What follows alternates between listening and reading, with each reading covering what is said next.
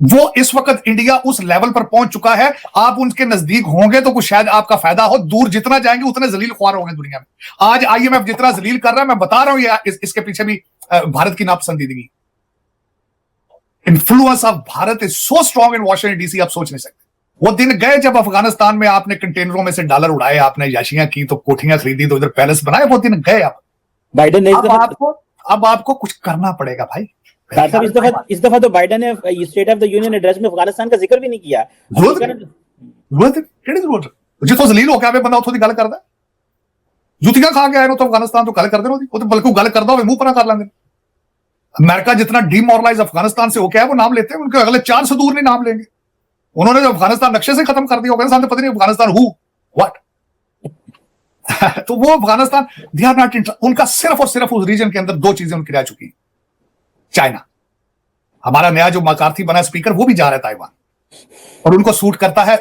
भारत ने उनको बता दिया कि we are the better partner. सरकार उन्होंने दूसरा अपना शिप कैरियर उतारा है, दूसरा शिप कैरियर, और सिर्फ इस वजह से, एक आपकी कराची पे नजर रखने के लिए और दूसरा चाइना पे नजर रखने के लिए। एक उन्होंने रशिया से लिया अगले दिन, उसके ऊपर उनका तेजा जहाज, कल उनका एक्सपेरिमेंट था, तेजा जहाज उस पर उतरा है। और आपके पास क्या है? पेट्रोल नहीं, मोटरसाइकिल चलाने वास्ते जहाज, किश्तियां की पाना ने, किश्तियां खास कर पाकिस्तान की नेवी दी पानी दे चलदी होंगी। जिस तरीके से मैं आपको ये गारंटी कर देता हूं कि आईएमएफ और फैटफ के अंदर जो आपके साथ हुआ है, सब भारत की लॉबी की वजह से, और आगे भी आपके साथ जो मुश्किल वक्त आएगा, वो वॉशिंगटन डीसी की लॉबी जो भारत की है, वही कराएगी आपके साथ। और आप उसको, वो कहते हैं ना, you can not touch this. उसकी वजह यह है कि आपके अंदर नेशनलिज्म ही नहीं है, आप पाकिस्तानी रहना नहीं चाहते। आपका हर पढ़ा लिखा बंदा, मैं छोटी साहब, एक रिपोर्ट आई है, और वो ये है कि अगर India Indo Pacific economic forum को ज्वाइन कर ले तो इंडिया जो है वो $5 ट्रिलियन की इकोनॉमी बन सकता है। जबकि आज ये खबर, लेटेस्ट जो डेवलपिंग स्टोरी ये है कि पाकिस्तान के पास जो $3 बिलियन के जो फॉरेन एक्सचेंज हैं वो रिजर्व रह गए हैं, उससे भी कम हो गए हैं, और आईएमएफ जो है वो अपनी सारी, पाकिस्तान ने उसकी शर्तें मान ली हैं, और अब वो जो आईएमएफ की टीम है वो वापस आ रही है वॉशिंगटन, और उसके बाद आके जो है वो 2-3 दिन लगेंगे। ये लिखा हुआ है स्टोरी में कि 2 से 3 दिन में पैसे जो हैं वो पाकिस्तान के पास आ जाएंगे। उधर आपको पता है पाकिस्तान जो है वो अफगानिस्तान के मामलात में भी जो पूरे खित्ते से बाहर है, जो रशिया में कॉन्फ्रेंस हुई है। तार साहब, जितना पोलराइज्ड पॉलिटिकल एनवायरनमेंट है, आपको नहीं लगता पाकिस्तान की जो पॉलिटिकल एंड स्ट्रेटेजिक प्रायोरिटीज हैं उनके कोई रास्ता नहीं मिल रहा, कोई डायरेक्शन नहीं मिल रही? नहीं चीमा साहब, इसमें ये ऐसी बात नहीं है। अगर रास्ता 76 साल से इनको नहीं मिल रहा तो फिर इसमें दुनिया का कसूर नहीं है। ये 76 साल से रास्ता ढूंढ ही नहीं रहे। दर हकीकत आज मैं आपको बताना चाहता हूं कि आप और मैं यहाँ पर वॉशिंगटन डीसी में बैठे हैं, परेशान हैं कि पाकिस्तान के हालात क्या होंगे, लेकिन पाकिस्तानी परेशान नहीं। आर्मी चीफ साहब लंदन में थे, 5-6 दिन बड़े आराम से रहकर गए हैं। उसके बाद हमारे शहबाज शरीफ साहब को अगलों ने रोका है कि तुम भाजी ना हो, अगे लुट पई है, वरना वो और आपके बिलावल साहब टर्की जाने के लिए तैयार थे। कोई इस वक्त जी शऊर आदमी अभी तक मुझे परेशान इस्लामाबाद, लाहौर, कराची में नहीं लगा। वहां उसी तरह खाबे चल रहे हैं, म्यूजिक बज रहे हैं, और जिस तरह वो कहते थे ना, मुगल हनूज दिल्ली दूरस्त। तो इनको यही नहीं समझ आ रही कि 3 बिलियन से नीचे रिजर्व हो। मलक साहब अगले दिन जो पेट्रोलियम के हैं, उन्होंने बड़ी दलेरी के साथ कहा 20 दिन का पेट्रोल है हमारे पास भाई, कोई फिक्र की गल ही कोई नहीं, कोई फिक्र की गल ही नहीं, 20 दिन का पेट्रोल है, मुकदा ही नहीं। उन्होंने कहा इस्तेमाल ना करो तो मुकदा ही नहीं, भावे 40 साल प्यार में। तो दर हकीकत कौमों के मुस्तकबिल जो है प्रेडिक्ट होते हैं चीमा साहब माजी में। 76 साल का खतरनाक जो आपका माजी है, 76 साल की हिस्ट्री है, वो तो यही गवाही दे रही है कि आपके हालात सब खराब है इस वक्त, और आगे भी आपका कोई there is no relief in sight. किसी इस वक्त जो आपका स्टेक होल्डर पाकिस्तान के अंदर है, किसी के पास कोई रोड मैप नहीं मौजूद। आप बात कर रहे हैं कि 3 बिलियन रह गए, इनको $25 बिलियन चाहिए अगले कुछ महीनों तक वापस देने के लिए, वो कहां से आएंगे? और ये 23वां प्रोग्राम है, पहले यही आपने 22 दफा इसको सारा कुछ किया है।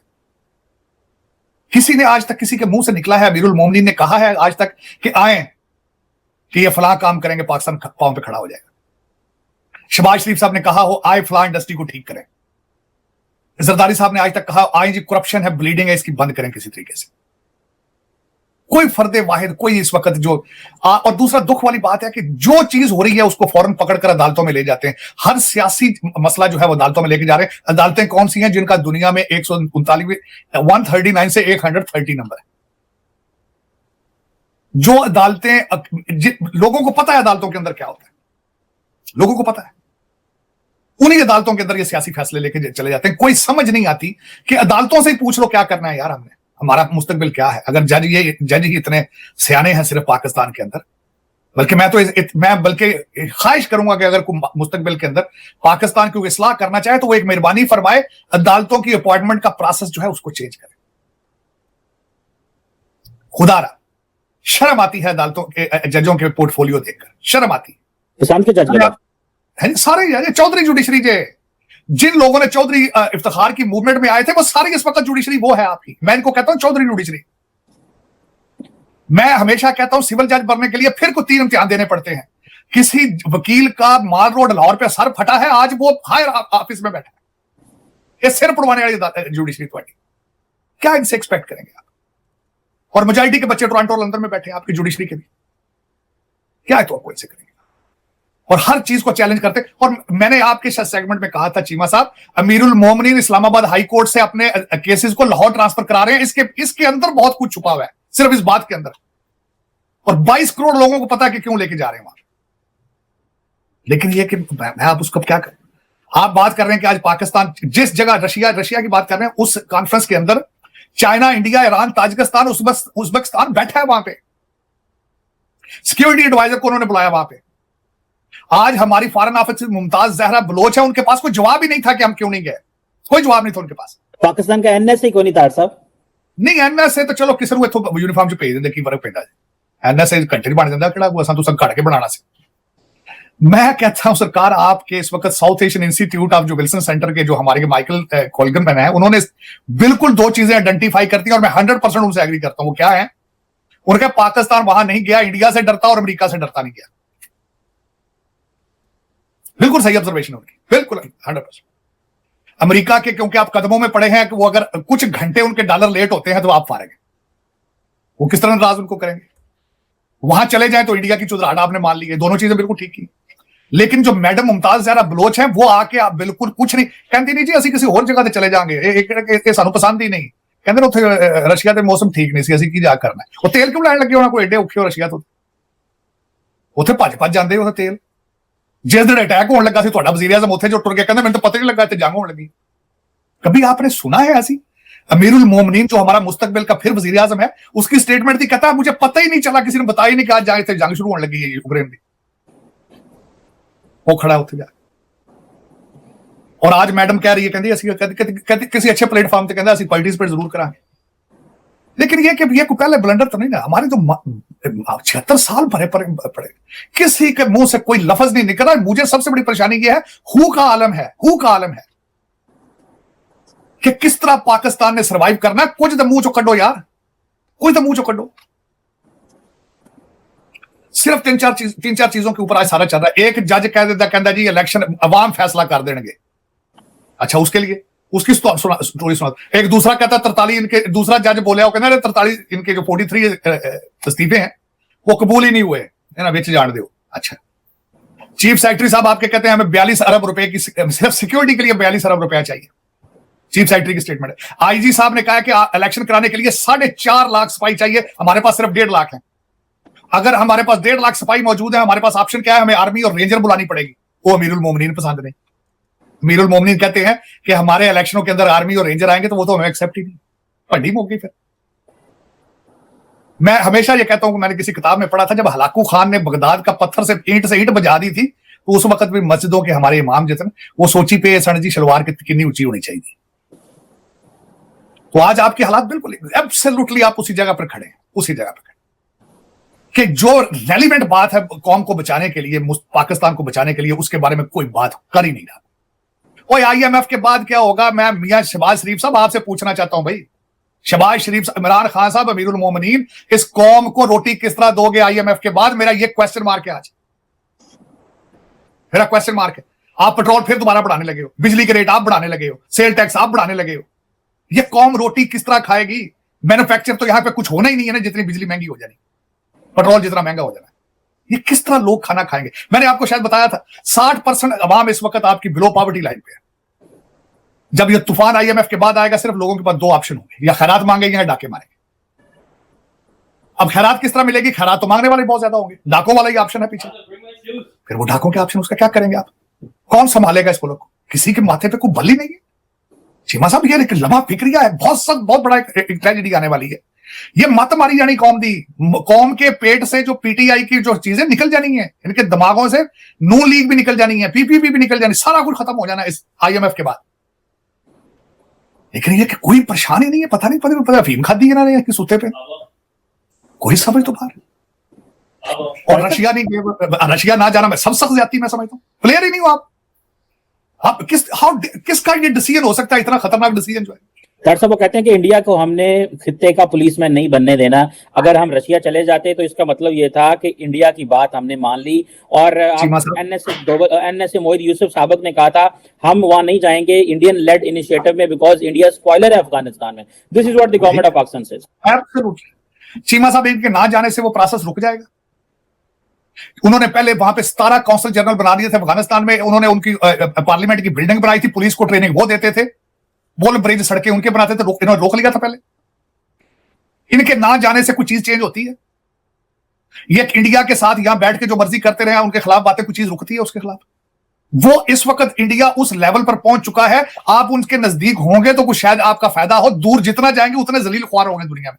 आज आईएमएफ जितना जलील कर रहा है, मैं बता रहा हूं, इसके पीछे भी भारत की नापसंदीदगी, influence of Bharat is so strong in Washington DC, आप सोच नहीं सकते। और आप एग्जिस्ट ही नहीं करते, you don't exist in Washington DC. Bilawal Bhutto चौथी दफा आए, चुपके से चले गए। ना ना ना ना, यहां पे जिस बहाने आए गए, या इस वक्त इस साल प्रेयर का ब्रेकफास्ट ही नहीं हुआ। अच्छा, हाँ, ये हम सेगमेंट करेंगे इसके ऊपर फिर किसी वक्त। लेकिन ये कि चीमा साहब ये आए, वो लोग बिलावल साहब के बारे में तो कहते हैं वो पाकिस्तान दौरे पे आते हैं, तो ठीक है, होना भी चाहिए, की फर्क पैदा है, मां प्यो का पैसा ही पड़ा, की फर्क पैदा। अंग्रेजी बंदा वाला बोल लेंदा होवे और टिकट शिकट भी ला सकता होवे, लोगों के लिए क्या देते हैं, टिकट हम अपनी जेब से लेते हैं। और यार तो वहां पे फॉरेन ऑफिस किसने चलाना है भाई? You are a foreign minister of Pakistan, it doesn't matter कि आप you are buying your own ticket and you are going on a world, आप इब्ने बतूता बन के जाके क्या वर्ल्ड डिस्कवर करनी है, इस तरह नहीं होता। आपका वहां रहना जरूरी है, you have to stay there. आपका सूबा वो सबसे बड़ा सूबा जिसमें सबसे ज्यादा फ्लड ने तबाही फेरी वहां। वो कहने बैठ जाऊंगा तो पैसे लेके आऊंगा ना, कितने लेकर आए ये भी पूछना चाहूंगा मैं कि आपने कुछ जब से आए हैं कोई 75,000 दौरा किया है, $75 नहीं किसी ने आपको दिए अभी तक। चीमा साहब आप दुनिया, वो कहते हैं वो दिन गए जब खलील मियां फाख्ता उड़ाया करते थे भाई, वो दिन गए जब अफगानिस्तान में आपने कंटेनरों में से डॉलर उड़ाए, आपने याशियां की तो कोठियां खरीदी तो इधर पैलेस बनाए, वो दिन गए। अब बाइडेन ने अब आपको कुछ करना पड़ेगा भाई। इस दफा तो बाइडेन ने state of the union address में अफगानिस्तान का जिक्र भी नहीं किया। जितो जलील हो गया बंदा उतो दी गल करदा, जुतियां खा के आए तो अफगानिस्तान तो गल करदे ओदी, तो बल्कि गल करदा होवे मुंह पर कर लेंदे। अमेरिका जितना डीमोरलाइज अफगानिस्तान से हो गया है, वो नाम लेते हैं, उनके अगले 4 से दूर नहीं नाम लेंगे।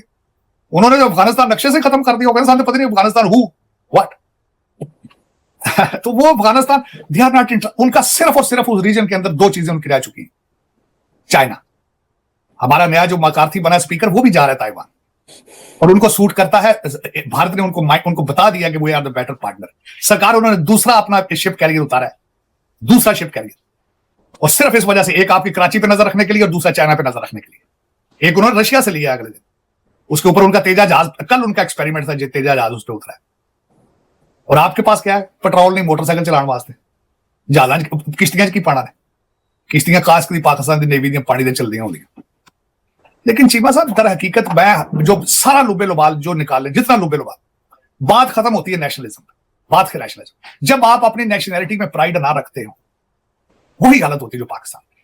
हर बंदा आपका 5-6 वो टेम्परेरी बैठे हैं, आपका हर जो 18वीं ग्रेड का जो बंदा है ना, उनके बच्चे सारे यहाँ टोरंटो बैठे हैं, अमेरिका बैठे हैं, लंदन बैठे हैं। आप सर्वे करके देख लें।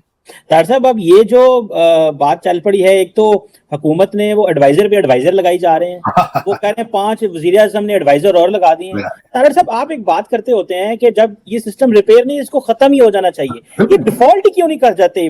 मिनिस्टर्स तो इतने लगा रहे हैं, वो कह रहे हैं ये सारे आजादी मिनिस्टर हैं, फेडरल गवर्नमेंट ये कह रही है। तो अभी ये जो फैसला हो रहा है कि हम पैसे तो लिए जा रहे हैं तार साहब, ना या तो हमारा लोन फ्रीज हो जाए या हमारा इनकम बढ़ जाए, ना इनकम बढ़ रही है ना लोन फ्रीज होना है, हमने तो इंटरेस्ट देते रहना है। एडवाइजर जो है वो लगाई जा रहे हैं हुकूमत और वो एडवाइजर, ताकि सियासी तौर पे सियासी बाकी जो पॉलिटिकल पार्टीज हैं उनको प्राइम मिनिस्टर अकोमोडेट कर रहे हैं, फिर डिफॉल्ट ही हो जाए, जान छोटी। तार साहब यूनान भी तो डिफॉल्ट कर गया था, स्पेन कर गया था, बड़े बड़े मुल्क कर गया, ये हो गया जैसी जड़ा ਤੇ ਤੁਸੀਂ ਵੈਸੇ ਪਰਸਨਲੀ ਤੁਹਾਡਾ ਸਰ डिफॉल्ट हो चुके हो बड़े अरसे से ਤੁਸੀਂ इसमें कोई ऐसी ढकी छुपी बात नहीं है, लेकिन दुआएं दे डॉक्टर अब्दुल कदीर को, बस अभी तक उसकी वजह से चलता रहा पाकिस्तान। लेकिन वरना आपके पास कुछ सलाहियत तो है नहीं है। मुझे तो वो ब्रिटिश उसकी वॉइस रहा है कि बात आती है याद, जब वो चले गए थे 1947 में, उसने लिखा था खत में, उसने कहा they don't know how to govern themselves. आपने प्रूव करके रख दिया कि आपने you are not a governable people. Nation में कहने, मेरे मुंह से नेशन निकलने लगा था कि you don't fit into the qualification of definition of the nation anymore. You are a group of people looting सारा कुछ जो कुछ हो रहा है। पहले आपने बांग्लादेश के साथ किया, जब आप पाकिस्तान के वही साथ कर रहे हैं जो आपने बांग्लादेश के साथ किया था। और दूसरा उसमें बात यह है चीमा साहब, ये कोई नई बात नहीं है जो आज कौमी असम्बली में जो कर रहे हैं छोटे वजीर आजम साहब। पहले बलूचिस्तान के अंदर एक रवायत थी कि जितने एमपी थे सारे वजीर थे, वहां जितने एमपी थे सारे के सारे उस कैबिनेट में शामिल थे। अब भी मेरे ख्याल को 2-3 एमएनए रह चुके होंगे जिनकी सेहत ठीक नहीं है, जो उनको एडवाइजर नहीं बनाया उन्होंने, वरना तो देखे ना 85 है, कुछ पीछे 10-15 ही रह गए उन्होंने एमएनए। मैं तो कहना उन्होंने भी बना दो, की फर्क पैंदा, की फर्क पैंदा सरकार। ਤੁਸੀਂ ਕਿਹੜਾ ਤਰੱਕੀ ਕਰਨੀ, ਤੁਸੀਂ ਕਿਹੜਾ ਬਚਣਾ, ਤੁਸੀਂ ਕਿਹੜਾ मेरा ਤੁਹਾਡਾ कोई प्रोग्राम है जिंदगी ਦੇ ਵਿੱਚ कि पाकिस्तान भी कुछ करे, पाकिस्तान भी कुछ करे। मैं आज किसी से बात कर रहा था, अमीरुल मोमिनीन ने आके स्टार्ट बड़ा अच्छा लिया था, गाड़ियां बेची, भैंसे बेची, फिर हेलीकॉप्टर से नहीं उतरे थे। तो ये एक रवायत है पाकिस्तान के अंदर, land of the pures, purity maintain करके रखी बड़ी खूबसूरत, बड़ी मेहनत के साथ।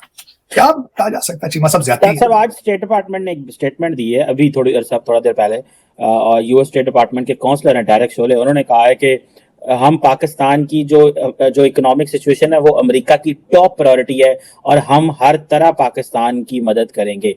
आप ये समझते हैं कि क्या आईएमएफ के जरिए करेंगे, कोई लोन फ्रीज कराएंगे, या कि वो समझते हैं कि मदद तो अमेरिका वैसे यूनान की भी कर रहा था, वो भी तो डिफॉल्ट कर ही गया ना, ग्रीस भी कर रहा था, बाकी मुल्कों को भी कर रहे थे। तो आप समझते हैं कि ये पाकिस्तान ये इसका नजायज फायदा उठा रहा है कि जी हमें कह तो रहा है अमेरिका कि ठीक है आईएमएफ के जरिए, वर्ल्ड बैंक के जरिए इनको पैसे दिलाते रहेंगे। डू यू थिंक कि ये चीज में कुछ जान है, ये जो अमेरिकन कह रहे हैं? नहीं, मेरे ख्याल में नहीं। मतलब वो एक सियासी सा बयान है, छोटा सा टूटा फूटा। अगर अमेरिका सीरियस होता तो आईएमएफ आपके बाजू इतने ज्यादा मरोड़ते ही ना, नंबर 1।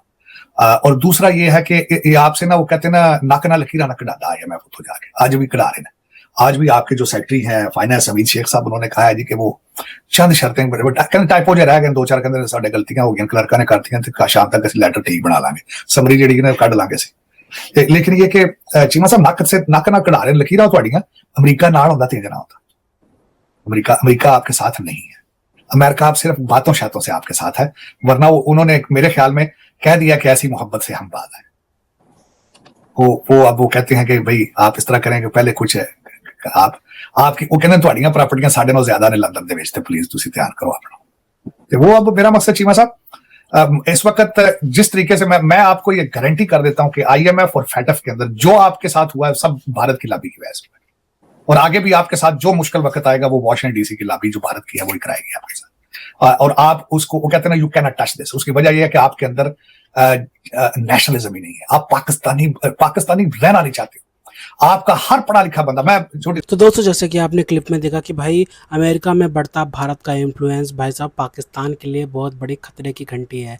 जी हाँ दोस्तों, ये आपने सही सुना, क्योंकि भाई अमेरिका में जिस तरीके से भाई भारत का जो इन्फ्लुएंस बढ़ रहा है ना, वो मतलब कि भाई साहब वाकई में ही भाई क्या बोलते हैं, पाकिस्तान के लिए खतरे की घंटी बन चुकी है। क्योंकि भाई पाकिस्तान को ये पता चल चुका है कि भाई अमेरिका जो है ना भाई भारत के बहुत ज़्यादा करीब आ चुका है और अपना कोई चांस नहीं बन रहा। क्योंकि भाई सब पाकिस्तान ने बहुत पैसे बनाए हैं भाई, बहुत पैसे बनाए हैं, क्या करके, मुजाहिदीन तैयार करके अमेरिका के लिए भाई साहब। और ये तैयार करके भाई साहब उसके बाद भाई साहब पाकिस्तान में कहावत बहुत मशहूर हो चुकी है कि भाई हमारे हाथों से तरासे गए हमारे पत्थर के सनम, ऐसी कुछ भाई कहावत है पाकिस्तान में जो मशहूर हो रही है। क्यों? क्योंकि भाई साहब पाकिस्तान ने ये बनाए थे मुजाहिदीन, भाई साहब आज इन्हीं को डसे जा रहे हैं भाई साहब। यही तो ट्रेजेडी है भाई पूरे पाकिस्तान में कि भाई साहब मतलब कि भाई अमेरिका मतलब कि भाई क्या बोलते हैं, कहते हैं $85 बिलियन का असला छोड़ के चला गया भाई साहब, यूज़ करने के लिए, मतलब कि किसके यूज़ करने के लिए,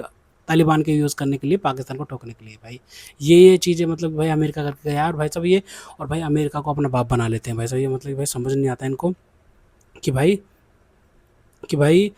जो अमेरिका है भाई वो मतलब जो ट्रम्प है ना वो अपने बाप का भी सगा नहीं है, तो भाई तुम्हारा सगा किस बात का होगा भाई वो, ठीक है भाई। अमेरिका तो भाई सब चाहता ही नहीं है ना कि भाई पाकिस्तान, भाई असल बताऊँ तो भाई अमेरिका नहीं चाहता भाई पाकिस्तान में खुशहाली हो एक तरीके से, पता है कैसे? क्योंकि भाई सब अमेरिका को क्या बोलते हैं, पाकिस्तान को लोन कौन देता है? अमेरिका देता है भाई, अमेरिका ही लोन देता है भाई पाकिस्तान को, ठीक है, पाकिस्तान को लोन देता है। और क्या बोलते हैं, और भाई आईएमएफ के थ्रू लोन दिलवाते पाकिस्तान में, ताकि भाई पाकिस्तान मतलब पाकिस्तानी गर्दन उनके हाथ में रहे, ठीक है, अमेरिका के हाथ में रहे। पाकिस्तान मतलब अमेरिका ही तय करे कि पाकिस्तान में गरीबी रहे या फिर खुशहाली रहे, कुछ भी चीज़ रहे भाई साहब, और इंटरेस्ट भरते रहते पाकिस्तानी भाई, मतलब कि भाई साहब जो कमाते हैं ना उससे कई गुना ज़्यादा तो इंटरेस्ट भरते हैं भाई, ठीक है। अमेरिका में भारत का बढ़ता जो इन्फ्लुएंस है ना भाई, भारत के लिए डिप्लोमेटिक प्रेस्टीज की बात नहीं रही है इस चीज़ की भाई, बल्कि इसका अर्थव्यवस्था, टेक्नोलॉजी, डिफेंस, जॉब्स, इन्वेस्टमेंट्स और ग्लोबल डिप्लोमेसी पर वास्तविक असर पड़ रहा है। इसे कई स्तरों पर समझा जा सकता है कि देखो भारत की बार्गेनिंग पावर बढ़ रही है, ठीक है। जब अमेरिका जैसे प्रभावशाली देश भारत की आर्थिक और स्ट्रैटेजी की इम्पोर्टेंस बढ़ती है, तो भारत के पास बातचीत से ज़्यादा लिवरेज आता है। भारत ट्रेड, टेक्नोलॉजी, डिफेंस और इन्वेस्टमेंट्स जैसे मुद्दों पर अपने हितों को ज़्यादा मजबूती से रख सकता है, और इसका मतलब ये नहीं है कि भाई अमेरिका क्या बोलते हैं, हर भारतीय मांग मान लेगा, लेकिन भाई भारत को इग्नोर भी नहीं कर सकता है भाई साहब अमेरिका, ठीक है। भारत का बड़ा बाजार और तेज़ी से बढ़ती इकोनॉमी अमेरिकी कंपनियों के लिए आकर्षक का केंद्र है, ठीक है भाई। अगर भारत अमेरिका संबंध मजबूत रहते हैं तो semiconductor, electronics, aviation technology, manufacturing और एनर्जी इंफ्रास्ट्रक्चर जैसे क्षेत्रों में अमेरिकी इन्वेस्टमेंट्स बढ़ने की संभावना रहती है, ठीक है। इससे भारत में नए उद्योग लग सकते हैं, रोजगार पैदा हो सकते हैं, टेक्नोलॉजी ट्रांसफ़र बढ़ सकती है, लोकल सप्लाई चेन्स विकसित हो सकती है, भारतीय कंपनियों को ग्लोबल मार्केट्स तक पहुँच मिल सकती है, और अमेरिका दुनिया के सबसे एडवांस टेक्नोलॉजी इकोसिस्टम में से एक है। भारत अमेरिका के मजबूत संबंधों से AI, semiconductor, cyber security, space technology, quantum computing और एडवांस मैन्युफैक्चरिंग जैसे क्षेत्रों में कोऑपरेशन के अवसर बढ़ सकते हैं। भारत के लिए यह इसलिए भी महत्वपूर्ण है क्योंकि भाई आने वाले ग्लोबल इकोनॉमी में टेक्नोलॉजी स्वयं के एक स्ट्रेटेजिक एसेट बनने वाली है, ठीक है। भारत के लिए अमेरिका के साथ डिफेंस पार्टनरशिप का एक बड़ा फ़ायदा ये भी है कि भाई एडवांस मिलिट्री टेक्नोलॉजी और कोऑपरेशन तक बेहतर पहुंच मिल सकती है भाई भारत को, ठीक है भाई। भारत अपनी डिफेंस कैपेबिलिटीज़ को मॉडर्नाइज करने के लिए अमेरिका के aircraft, engines, drones, surveillance, maritime security और अन्य एडवांस्ड टेक्नोलॉजीज में सहयोग कर सकता है। इससे भारत की डिफेंस प्रीपेयर्डनेस और इंडियन ओशन में स्ट्रैटेजिक कैपेबिलिटीज़ मजबूत हो सकती है। यह शायद सबसे बड़ी महत्वपूर्ण जियोपॉलिटिकल फ़ायदा है। अमेरिका इंडो पैसिफिक में चीन के बढ़ते प्रभाव को बैलेंस करना चाहता है। भारत की जियोग्राफिक लोकेशन, विशाल इकोनॉमी और मिलिट्री कैपेबिलिटीज़ के कारण वह इस स्ट्रेटजी में महत्वपूर्ण भूमिका निभाता है। इसका फ़ायदा भारत को यह मिलता है कि भाई अमेरिका और अन्य पश्चिमी देश भारत को केवल एक डेवलपिंग इकोनॉमी के रूप में नहीं, बल्कि मेजर स्ट्रेटेजिक पावर के रूप में देखते हैं। अमेरिका में भारतीय ओरिजिन कम्युनिटी का आर्थिक और प्रोफेशनल इन्फ्लुएंस काफ़ी महत्वपूर्ण है। टेक्नोलॉजी, मेडिसिन, बिजनेस, एकेडमिया और एंटरप्रेन्योरशिप में भारतीय ओरिजिन प्रोफेशनल्स की मजबूत मौजूदगी भारत और अमेरिका के बीच पीपल टू पीपल तथा बिजनेस कनेक्शंस को मजबूत करती है। यह भारत के लिए एक तरह का इंफॉर्मेशन ब्रिज भी बनाता है। अगर दोनों देशों के संबंध मजबूत होते हैं तो भारतीय आईटी, फार्मास्यूटिकल, मैन्युफैक्चरिंग टेक्नोलॉजीज और स्टार्टअप्स कंपनियों के लिए अमेरिकी मार्केट में अपॉर्चुनिटीज़ बढ़ जाती हैं, ठीक है। और भारतीय कंपनियों के लिए अमेरिका पहले से ही एक महत्वपूर्ण मार्केट है। मजबूत बायलैटरल रिलेशनशिप इस इकोनॉमिक इंटीग्रेशन को और गहरा कर सकता है। खैर तो दोस्तों, अगर आपको हमारी वीडियो पसंद आई तो कम से व्हाट्सएप पर जरूर शेयर कीजिएगा, साथ साथ चैनल को सब्सक्राइब करके हमारा मनोबल जरूर बढ़ेगा, ताकि हम आपके लिए ऐसे ही मनोरंजन वीडियोस बनाते रहें। तो गाइस, मिलते हैं आपसे अगले वीडियो में, तब तक ले जय हिंद।